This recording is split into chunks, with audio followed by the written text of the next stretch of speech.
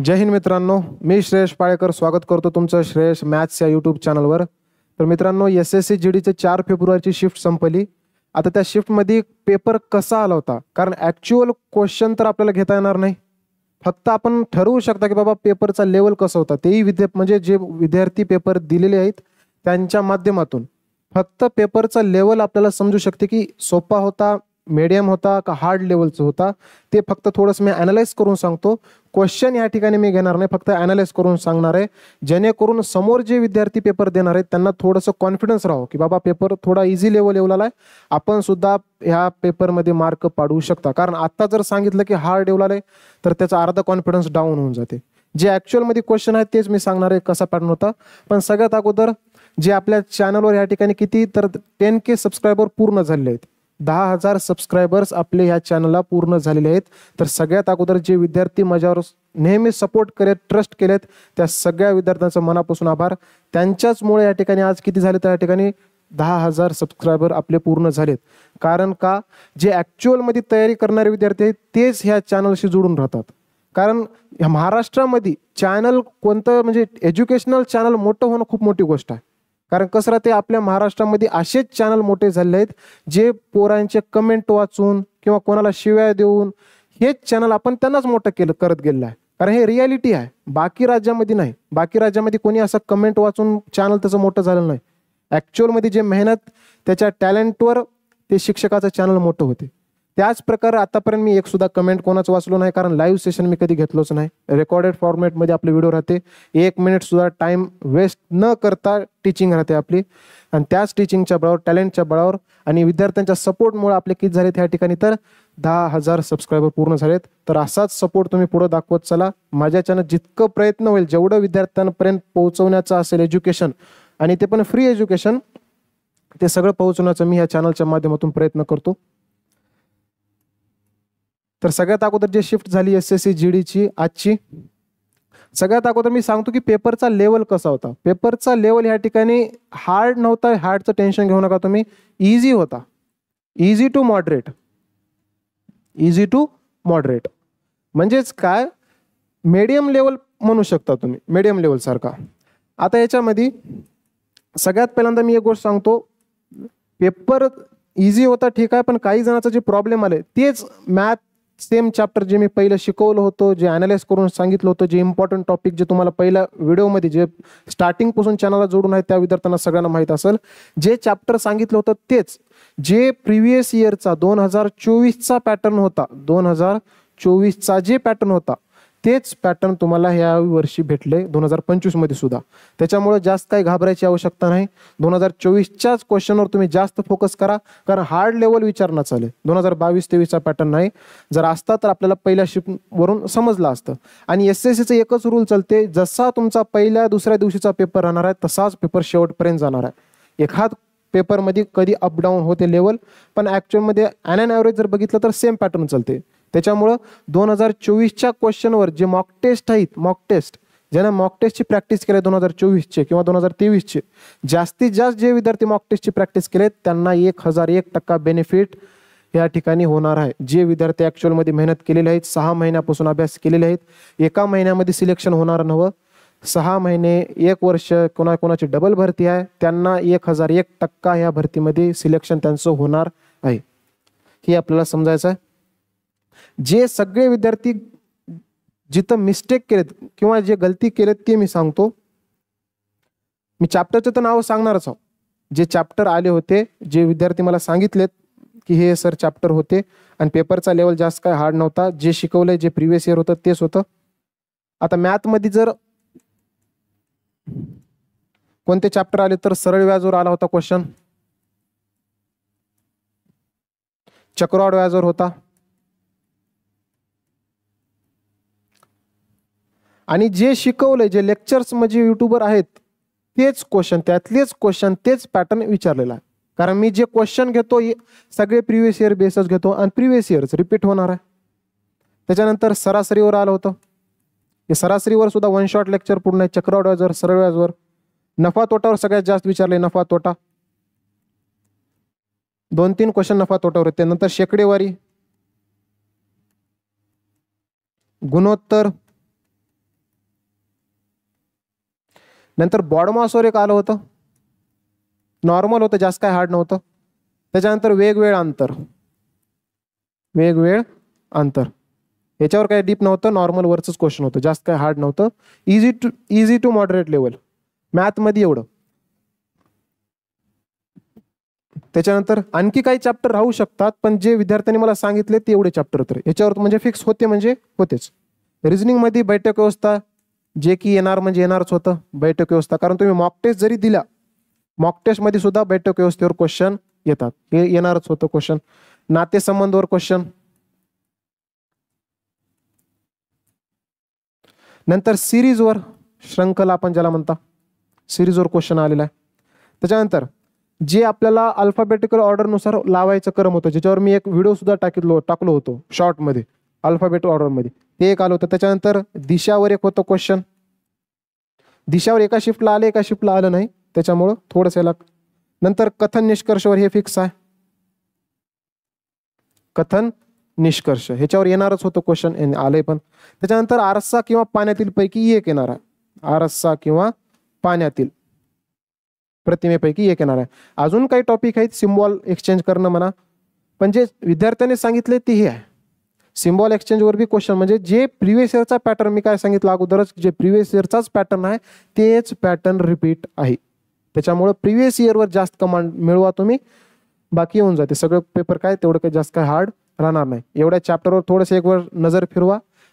Math reasoning normal level आहे, जे शिकवलंय तेच आहे.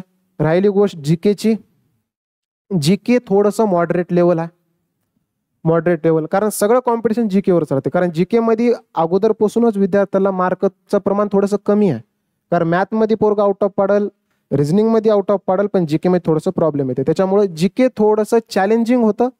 चॅलेंजिंग म्हणण्यापेक्षा ज्यानं ऍक्च्युअलमध्ये डीपमध्ये अभ्यास केलाय त्याच्यासाठी गेले, पण ज्यानं ठीकठाक जरी अभ्यास केले तरी सुद्धा त्याला 20 प्रश्न म्हणजे 20 मार्क येतील 40 पैकी, ठीकठाक जरी अभ्यास केलेला असेल तरी. पण जास्त टार्गेट कशाला केले तर ऑलिम्पिकला टार्गेट केले, ऑलिम्पिकला, पुरस्कारला, म्हणजे जे स्टॅटिकचा भाग आहे, STATIC स्टॅटिकचा भाग आहे त्याच्यावर.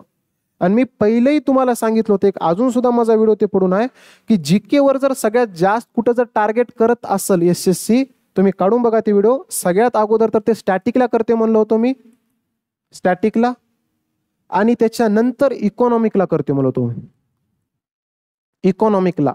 आणि ह्याही वेळेस तेच झालंय, इकॉनॉमिकलाच जास्त टार्गेट केलंय, इकॉनॉमिक अर्थशास्त्राला.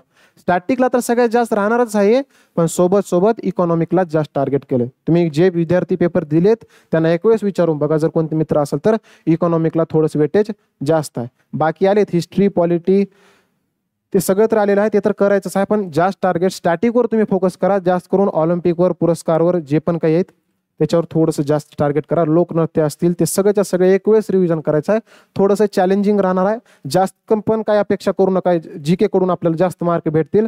जेवढे नॉर्मल पोराला भेटणार आहेत तेवढेच आपल्याला भेटणार आहेत, जास्त काही करायची गरज नाही या ठिकाणी. राहिली गोष्ट हिंदीची, हिंदी थोडंसं इजीपेक्षा वर होतं, म्हणजे मॉडरेटवर होतं, कारण त्याच्यामध्ये काही विलोम शब्द म्हणजे विरुद्धार्थी शब्द म्हणा, म्हणजे असे नवीन काही काही शब्द आले होते की जे प्रिव्हियस इयर बेस नव्हते. त्याच्यामुळे हिंदी काही जणांना थोडंसं हार्ड गेले, पण ठीकठाक अभ्यास करण्याला ठीकठाक मार्क कव्हर करतात, म्हणजे 30-35 मार्क आरामशीर येतात ठीकठाक ज्यांना अभ्यास केले त्यांच्यासाठी. बाकी काही नवीन नवीन शब्द होते त्याच्यामध्ये थोडंसं, म्हणजे जे विद्यार्थी आहेत त्याच्यामध्ये थोडंसं मिस्टेक झाली त्यांची नवीन शब्द बघितल्याच्या मुळं. बाकी math, reasoning previous year base, GK थोडंसं चॅलेंजिंग, हिंदी मीडियम लेवल आहे, ठीकठाक मार्क पडतात. आता जे जीके मुळे काही जणांना प्रॉब्लेम येते की जीके कधी लक्षात ठेवायचं, ज्याचं कोणाचं सिलेक्शन होते जीके मध्ये त्याला जास्त मार्क नसतात. जीके मध्ये किती मार्क 20 पर्यंत आणतात सगळेजण. तुमचं जे रिझल्ट ऍक्च्युअल मध्ये मार्क जे इम्प्रूव्ह करणार आहे ते बाकीचे 3 विषय आहेत, हिंदी, मॅथ, रिझनिंग वर कमांड मिळवा. 3 विषयावर जर तुमचा कमांड जर मिळाला तर तुम्हाला जीके मध्ये जर नॉर्मल स्कोर कव्हर केला तरी सुद्धा सिलेक्शन 1001% मिळते. पण जर तुमचं जीके आधीच वीक आहे, त्याच्यामध्ये अजून तुम्ही ह्या 3 विषयापैकी जर एक वीक ठेवला तर मग अजून स्कोर थोडंसं डाऊन होणार आहे. त्याच्यामुळं बाकी ह्या 3 विषयाला थोडंसं टार्गेट करा. आणि अजून सगळ्यात महत्वाची लास्टची एक गोष्ट मी सांगतो, लास्टची एक गोष्ट. आता विद्यार्थी मला फोन केली होती, काय म्हणले की आम्हाला टाइम पुरला नाही. काही जणाला, काही जण काय म्हणले आम्हाला टाइमच पुरला नाही, नंतर म्हणले आम्हाला नंतर रिचेकसाठी टाइम भेटला नाही. त्याच्यामुळंच माझा जीव जाजेपर्यंत मी एक गोष्ट सांगितलं होतो की बाबांनो तुम्हाला टाइम मॅनेजमेंट मी लिहून दिलं होतं, बार बार तेच सांगितलं होतं. पोरानं बघितलंय पण त्याला फॉलो केलं नाही. मी एकच गोष्ट सांगितलं होतं की तुम्ही 50 मिनिटांमध्ये तुम्ही ऑल सब्जेक्टला टच करा. 50 मिनिटांमध्ये तुम्ही टाइम मॅनेजमेंट कसं का ठेवणार, टाइम मॅनेजमेंट मी लिहून पण दिलं होतं. पहिल्यांदा मी म्हणलं होतं की बाबा तुम्ही रिझनिंग घ्या, रिझनिंगला तुम्ही किती मिनिटांमध्ये सोडवा, 15 मिनिटांमध्ये सोडवा. त्याच्यानंतर तुम्ही घ्या हिंदी, हिंदीला तुम्ही 7 मिनिटांमध्ये उडवा. नंतर तुम्ही जीके घ्या, म्हणलो जीकेला 8 मिनिटच बघायचं. त्याच्यानंतर जे मॅथ होतं ना, मॅथला तुम्हाला म्हणलं होतं मी की 25 मिनिट घ्या. किती मिनिट घ्या, 25 मिनिट. मला सांगा, किंवा सॉरी इथं तुम्हाला मी स्टार्टिंगला म्हणलं होतं की इथं 20 मिनिटं घ्या. ते व्हिडिओ अजून सुद्धा आहे, अजून एक वेळेस बघतो, ज्याचं पुढे एक्झाम आहे ना त्याने एक वेळेस चेक करायचा ते व्हिडिओ बघून की ऑनलाईन एक्झाम कशी द्यायचं म्हणून ते एक व्हिडिओ आहे. तर सगळ्यात अगोदर मी 15, 7, 8, 20 मिनिटं द्या म्हणलो होतो. इथं तुमचे 50 मिनिटं कंप्लीट होतात. इथं तुमचे 50 मिनिटं कंप्लीट झाले. कसं, 7 7 14 1 15, 15 15 30, 30 20, 50 मिनिटं झाले. तुम्हाला म्हणलं होतं मी शेवटचे 10 मिनिटं तुम्ही काढून ठेवा, शिल्लक ठेवा. हे हुकुमाचे एक्के होई तुमचे, हुकुमाचे एक्के. पण पोरानं काय केलंय, 60 मिनिटाच्या 60 मिनिटच भरती केले 4 विषयामध्ये. मग त्याला डबल रिचेकसाठी टाइमच भेटला नाही. डबल रिचेकसाठी टाइम भेटला का इथं, तर भेटला नाही. म्हणजे सगळं सिक्वेन्स गडबड होऊन गेलं. मग एकानं रिझनिंगला जास्त टाइम लावलं, मग त्याला हिंदीला टाइम उरला नाही, जीकेला टाइम उरला नाही, मॅथला टाइम उरला नाही. म्हणजे टाइम इम्बॅलन्स होऊन गेलं. त्याच्यामुळे टाइम पेपर कम्प्लीट टाइममध्ये पूर्ण झालं नाही. त्यामुळे माझं सांगणं आहे 50 मिनिटांमध्ये तुम्हाला काय करायचं आहे 4 विषयाचे करा, पण शेवटचे जे 10 मिनिटं राहणार तेवढ्यामध्ये काय करायचं आहे, पॅनिक व्हायचं नाही. कारण जसजसं टाइम कमी राहते तसं पोरगं काय होते, प्रेशर राहते त्याच्यावर, बाबा माझं अजून एवढं राहिले तेवढं राहिले. मग बाबा तुम्ही सगळ्या विषयाला टच केल्याच्या नंतर 10 मिनिटं आहेत असं थोडासा कॉन्फिडन्स आतून येते की अजून शेवटचे 10 मिनिटं आहेत, आपल्या हातात आहे, अजून गेम पलटलं नाही. मग जर तुम्ही 10 मिनिटं जर शेवटचे ठेवला नसाल तर सगळं गेम पलटून जाते, टाइमच शिल्लक उरणार. त्याच्यामुळं माझं सांगणं होतं 15 मिनिटाच्या वर 1 मिनिट सुद्धा तुम्ही रिझनिंगला द्यायचं नाही म्हणलं होतं मी. पण काही जण 15 मिनिटं दिलेत, अजून चलू द्या म्हणले अजून 5 मिनिटं इथंच घातले. हिंदीला मी म्हणलो 7 मिनिटाच्या वर 1 मिनिट सुद्धा टाइम देऊ नका. 7 मिनिटाच्या वर अजून जाऊ द्या, 10-12 मिनिटं हिंदीला लावली. मग मला सांगा, इथं सिक्वेन्स गडबड झाली की मग खालचं सिक्वेन्स सगळं गडबड होणार आहे तुमचं. त्याच्यामुळे टाइम टू टाइम सगळं जेवढं आहे तेवढंच टाइम ठेवायचं. आणि जर समजा तुमचा प्लॅनमध्ये काही गडबड झाली, प्रेशर आलं, तर शेवटचे 10 मिनिटं तुमच्या हातात आहेत. त्या 10 मिनिटांमध्ये परिपूर्ण विचार, त्याच्यासाठीच आहे ते 10 मिनिटं. काही गडबड झाली असेल तर ते त्या 10 मिनिटांमध्ये रिकवर करा. जे काही क्वेश्चन राहिले असतील तर ते 10 मिनिटांमध्ये रिकवर करा. त्याच्यामुळं ज्याचं पुढी एक्झाम आहे, म्हणजेच अजून 4-5 दिवस कोणाकडे टाइम असेल किंवा उद्या परवा कधी एक्झाम असणार, त्यांना हे रूल फॉलो करा. जे टॉपर स्ट्रॅटेजी राहते तेच मी तुम्हाला सांगायलो. कारण टॉपर विद्यार्थी असंच सॉल्व्ह करते. शेवटचे 10 मिनिटं तुम्ही फक्त जीडी पुरतं विचार करू नका, जीडीच्या पुढे सीजीएल पर्यंत जा तुम्ही, एसएससीचं. शेवटचे 10 मिनिटं प्रत्येक टॉपर काढून ठेवते. कारण प्लॅन जर काही गडबड झाली तर हे 10 मिनिटं आपल्या हातात असावं. मग ते बाकी सगळ्या ज्या सब्जेक्टला पाहिजे त्या सब्जेक्टला देता येईल आपल्याला. त्याच्यामुळं तर आता ज्याचं पुढे येणार आहे पेपर, त्याने पूर्ण जे मी सांगितलं आता त्याचा पूर्ण अनालिसिस करायचा, प्रॉपर अभ्यास करायचा, मॉक टेस्ट देत राहायचा. आणि तुम्हाला येणाऱ्या पुढच्या सर्व परीक्षा, जे विद्यार्थी परीक्षा देणार आहे त्यांना सगळ्यांना माझ्याकडून शुभेच्छा. चांगला पेपर द्या, मेहनत करा. मेहनत जर खरी असेल तर 1001% वर्दी भेटणार आहे. धन्यवाद.